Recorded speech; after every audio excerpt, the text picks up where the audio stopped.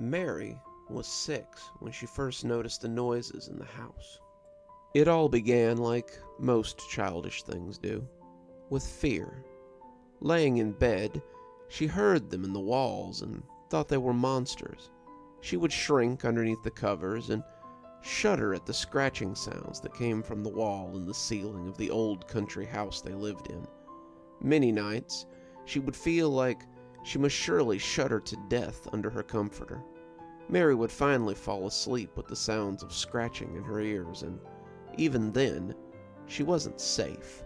She would have the worst dreams imaginable, dreams of monsters in the walls, with long claws and scabrous hands that drug their nails behind the walls. They were only looking for weak spots so they could come through and get her. Every morning when she woke up, Mary would say a little prayer and thank God for keeping her safe for another night. She would suffer like this for a whole month before finally meeting her monsters face to face and sleeping better the next night for it. Her dad had heard them too, it seemed. Mary found him in the laundry room one morning as she went to get a shirt for school, putting a glob of peanut butter inside a round plate. She sat and watched him for a moment, trying to figure out what he was doing, and when he looked back and found her lurking, he jumped a little in surprise. "Mornin', Squirt. You scared me half to death." "Mornin', Daddy. What are you doing?" He ruffled her hair and walked her out of the laundry room. "I'll show you when you get home from school. They should have noticed it by then." Mary went off to school, full of curiosity and wonder, and when she came home that afternoon, she went straight to the laundry room to check. The box was still there, and Mary heard something thrashing around inside. She was scared as she approached it, certain that the monsters from her nightmares would be inside and waiting for her to get close. As she peeked through one of the round holes in the box, Mary saw that it was nothing but a pair of fat brown rats. They became even more frantic when they saw her peeking. They started running and squealing around the little box, and as Mary watched them, she realized that they were just as scared as she had been. Mary didn't think about what she was doing when she opened the side of the box and let them scamper out. They didn't leave right away. They seemed to be trying to figure out whether Mary was tricking them or not. Eventually, their survival tendencies took over, and they left the box and ran behind the washing machine. Mary closed the box so that no other rats would scamper in, and went to the living room to watch cartoons. She was 2 hours into her afternoon cartoons when Dad came home and went straight to the trap. She heard him in there, grumbling confusedly as he looked at the sprung trap with no mice inside. In the end, her dad figured he'd been outsmarted and reset the box with more bait. Freeing his prisoners became an afternoon habit of Mary's. She would come home, make a snack, go see if any mice or rats were in the trap. They usually were. Some of them even looked like the same mice she'd seen from the day before. Every day she would turn them loose and watch them scamper off before closing the box and going to watch cartoons. She had stopped being afraid of the scampering she heard in the night, after learning that it was just the mice that she had been freeing. They were running and playing as though to thank her for helping them, and Mary went to sleep dreaming of happy mice playing hide-and-seek in the walls of the house. The week before Christmas, though, Daddy caught the magic mouse. That was also the day he caught her. She was out of school until after New Year's, and had gone from half a day of cartoons to a full day of cartoons. Both her brothers were out of the house, and Dad was out back chopping wood, when Mary heard a loud clang from the laundry room, and an ear-splitting squeal that cut through the sound of Huckleberry Hound like a knife through flesh. She jumped up from the couch and ran to the laundry room, wanting to see the big rat that Daddy had trapped. In that, she was not disappointed. The rat was huge, big as a kitten, and covered in long white fur that made its red eyes look fierce as they bulged from its head. Mary was hesitant to let this one go, given its size and fierce demeanor. It looked like it might be mean. But as she watched him through the holes in the trap, he did the last thing that Mary would have ever expected him to do. He talked. "Excuse me, child. Do you think you could let me out?"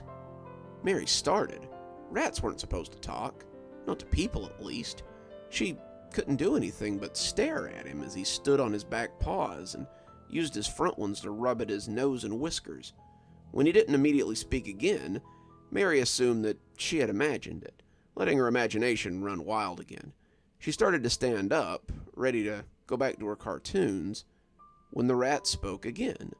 "Please, child, I'll do anything if you'll let me go." He had talked.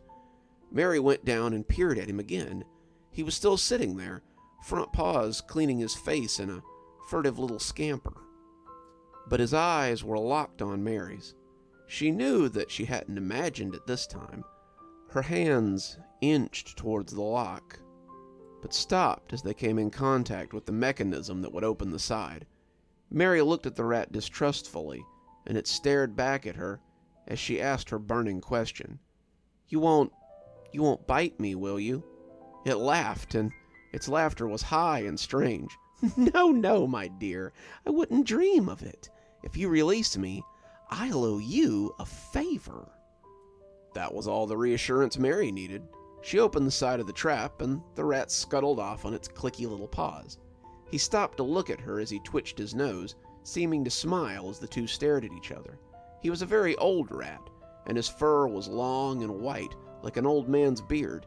He was missing a finger on his left paw, and his tail looked as though someone had chewed the end of it off. He rubbed his paws over his snout again in that strange way of his, and Mary thought he would surely speak again. In her wonder, she hadn't heard her father coming inside.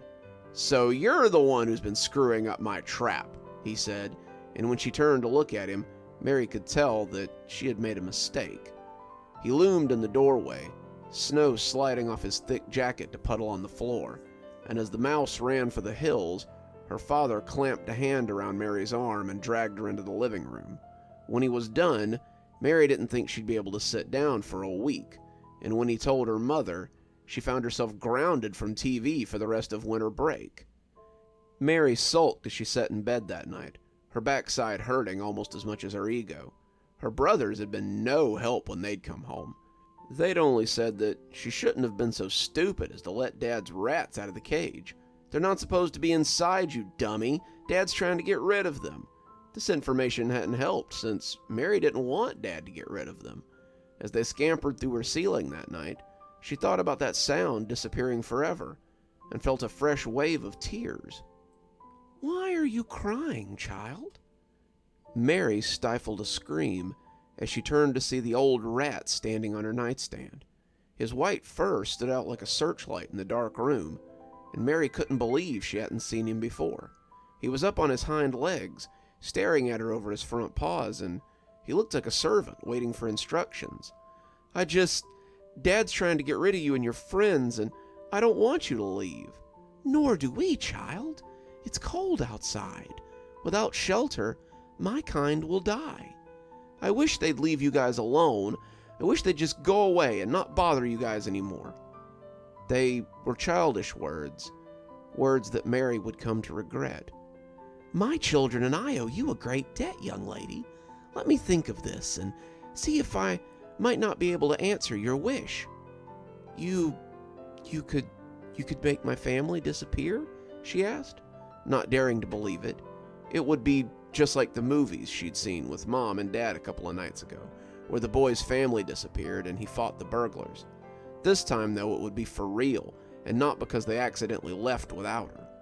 Mary could do whatever she wanted once they were gone, and no one would be around to stop her. It would be a Christmas dream come true, and Mary stared at the old rat with anticipation. The old rat seemed to contemplate before saying, "We shall see. Give me a few days to think it over, and I'll speak to you again." Mary fell asleep to the sound of his heavy paws leaving up the hallway. The next few days were full of excitement. Dad didn't catch anything in the trap. He'd put a lock on it to keep people out, and he seemed very upset about it. He'd started hearing them in the walls, making him very angry that he couldn't catch them. Mom seemed to be trying to take his mind off it, taking them out to see the lights or to Christmas events in town or just off spending time together as a family. All the while, Mary thought about her secret and her secret friends in the walls. In her mind, she would never miss her family once they were gone. She would never want them back, and if she did, her new rat friend could bring them back and make it all better again. Children can sometimes fail to realize the harsh realities of loss. She awoke 2 days before Christmas to find the rat on her nightstand again. "Excellent news, child! We have found a way to make your family go away." She started awake when his squeaky little voice cut through the night. She had been nearly asleep and rolled over to look at him when she heard his squeaky voice. His red eyes were fixed on her with an odd intensity, and in his hand was a little bag made of plastic, wound shut with a bread tie. He held it out to her with some reverence, and when she took it, Mary saw that it was full of powder. "Your mother has laid out the start of breakfast in the morning. What you must do is sneak downstairs and put this magic powder in the box she uses to make the cakes. Then, when they eat the powder, they will go away, and you will have your wish." Mary looked at the little bag. It was no bigger than a Barbie purse, and the powder inside made a dry, crunchy sound when she pressed it. The magic rat must have made the spell powder, she guessed. So Mary adding it must be part of the spell. She got out of bed and tiptoed down the hall, the old rat scampering behind her. She took the stairs very slowly so they wouldn't creak, skipping the third step on the landing as she jumped softly over it. The downstairs was very dark, the living room furniture looking squashy and spooky in the dim light. Mary glanced around nervously as she tiptoed, expecting Dad to lunge out and grab her any minute. As her bare feet touched the linoleum, she knew she was home free. The box of pancake mix was just where the rat had said it would be. Her mother had left it out along with biscuit mix, her mixing bowl, and a whisk. Mary opened the box of pancake mix and poured the magic powder like the rat had told her to. When the baggie was empty, she closed it back and turned to see the rat perched on the table as though he had been observing her. "Now, be certain that you don't eat anything at breakfast tomorrow. Otherwise, you'll disappear too," he warned. Mary made a mental note to sleep in tomorrow so she wouldn't be tempted by any of the yummy smells and slipped back into bed with a smile on her face. Mary knew that tomorrow her Christmas wish would come true. The smells of pancakes and bacon awoke Mary early the next morning. Her stomach growled as she smelled them cooking, but she rolled up in her blankets and tried to ignore it. She could hear her brothers getting up, running downstairs, jockeying to be the first to taste the bacon. She heard the smack and the ow as her mother smacked someone on the hand with a spatula and told them to go set the table. Mary smelled eggs too as her mother cracked them into the pan, and now her dad was lumbering out of bed and moving towards the stairs. Her mother told him to help set the table, and he called her name up the stairs before going to help her brother. A few minutes later, her dad knocked on the door and told Mary breakfast was ready. When she didn't stir, he did it again, and when she still didn't move, he just walked downstairs to join the rest of the table. "Oh well," she heard him grumble, "more for me." Mary hunkered under the covers. The moment she was waiting for had approached. They said grace, a low murmur as they all bowed their heads, and then the sounds of clinking forks and rattling plates began. Mary heard her brother talking about sledding today, Dad talking about finally finishing that surprise for someone in the barn, and Mom talking about some last-minute wrapping she needed to do. Her mother was just saying that she'd have to kick us all out of the house so she could finish, when she suddenly coughed in a wet, frightening way. Her dad asked if she was okay, but when she tried to say she was fine, one of her brothers started moaning, and Mary heard someone being sick all over the table. She was silent in her blanket cocoon, all the excitement lost. Was this what happened when people disappeared? Was this what disappearing people sounded like? She heard someone else being sick, and a chair crashing over as they fell. She thought it might be her dad, and when someone started screaming, she shuddered deeper into her blanket cocoon. There was the sound of breaking plates, someone falling to the floor and sobbing as someone was sick again and again. Her mother suggested that someone call an ambulance, but it was hard to make out as she vomited loudly. Mary heard Dad bellowing and thumping around, trying to get up from the table, before he fell hard to the floor and shook the whole house. Mary pulled her knees to her chest and waited for the sounds to be over, but they went on for much too long. The sounds of vomiting, crying, falling, breaking things, and the watery screams of her family took a long time to be replaced by silence. And in many ways, the silence was worse. The sounds didn't stop suddenly either. They tapered off, little by little, and when the last of the crying and dragging had stopped, Mary almost couldn't bring herself to move. Magic wasn't supposed to sound like that. In all the stories, magic just poofed people away. It didn't do whatever that was. She wanted to stay in her room forever, just crying and shaking. But as noon crept closer, her stomach began to growl, and Mary had to get up and use the toilet before her bladder burst. As she stood in the doorway to the bathroom, Mary felt her eyes straying to the head of the stairs. It was so quiet down there, much quieter than it had been earlier, and Mary wanted to know what was down there. She edged towards the stairs, feet feeling heavy, before peeking down the stairs. A sneaker-clad foot was just visible near the bottom. Mary wanted to go back to her room and crawl back under the covers, but she knew that she had to see what had happened. Mary knew that they hadn't disappeared like in a fairy story, and now she had to face whatever it was that had happened to them.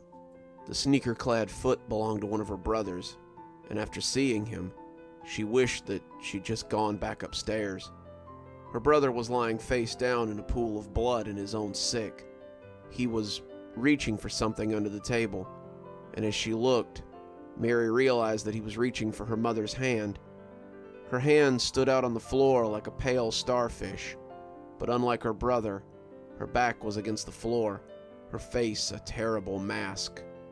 Her mouth hung open, blood trickling from the corners, and her eyes were rimmed red with tears that stared into oblivion. When she'd fallen, she had taken most of the dishes on her side of the table with her, and her arms were covered in oozy cuts as she clutched the tablecloth in one stiff hand. Her other brother lay across the table, his blood staining the food with a dull, rusty red. Her dad had died on the way to the kitchen, his handprint against the linoleum, grisly. They were gone. They had gone away. Just as Mary had wanted. As she curled herself into a ball and sobbed against her knees, the perpetrator of these goings-on appeared beside her. "Now, why are you crying?" he asked, almost haughtily. "This is what you wanted, isn't it?" Mary looked at him, and he must have seen something on her face, because he scampered back a few steps, just out of arm's reach. "I just wanted them to go away. I didn't want you to kill them." "Kill them? Kill them like they killed my children for generations. You don't think this is the first appearance of the trap, do you?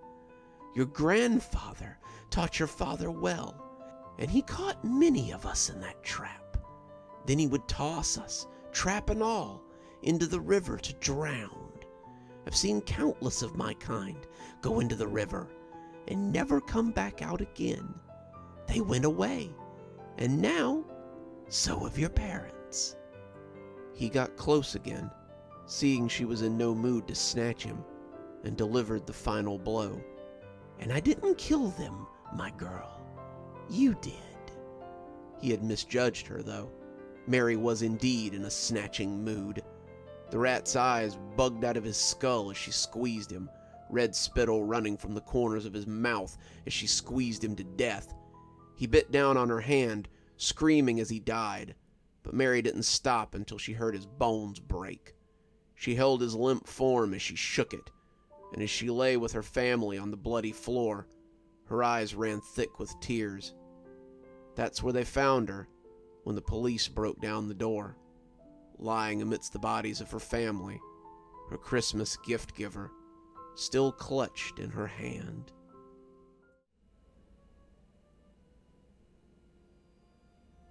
Good evening, everyone. It's me, Dr. Plague. Thank you so much for joining me for tonight's story. If you enjoyed tonight's story and you haven't already, why not go ahead and subscribe? Maybe hit that notification bell so you don't miss any of the spooky things that we do here. While you're here, maybe go ahead and give that video a like and drop a comment. I like it when people comment. If you're not too spooked and you think you might can handle a little more, why not go ahead and click on one of those other videos that's about to pop up? Maybe check out one of our playlists. There's quite a few. If you'd like to support the channel more monetarily, I'd suggest maybe you go pick up a copy of my latest book. There's a link below. Or maybe head on over to Patreon. I have quite a few tiers. I'm sure there's one that'll suit you best. Speaking of Patreon, let's go ahead and thank our patrons, shall we? Thanks to Janet for being our Spooky Skeleton tier contributor. And thanks to Winters, Xaronan, Emily Coltsfoot, Martha, Marianne Schuler, Jennifer Damron, and Tyler Parker for being our Ghostly Reader tier contributors. Thanks, guys. We just couldn't do the show without you.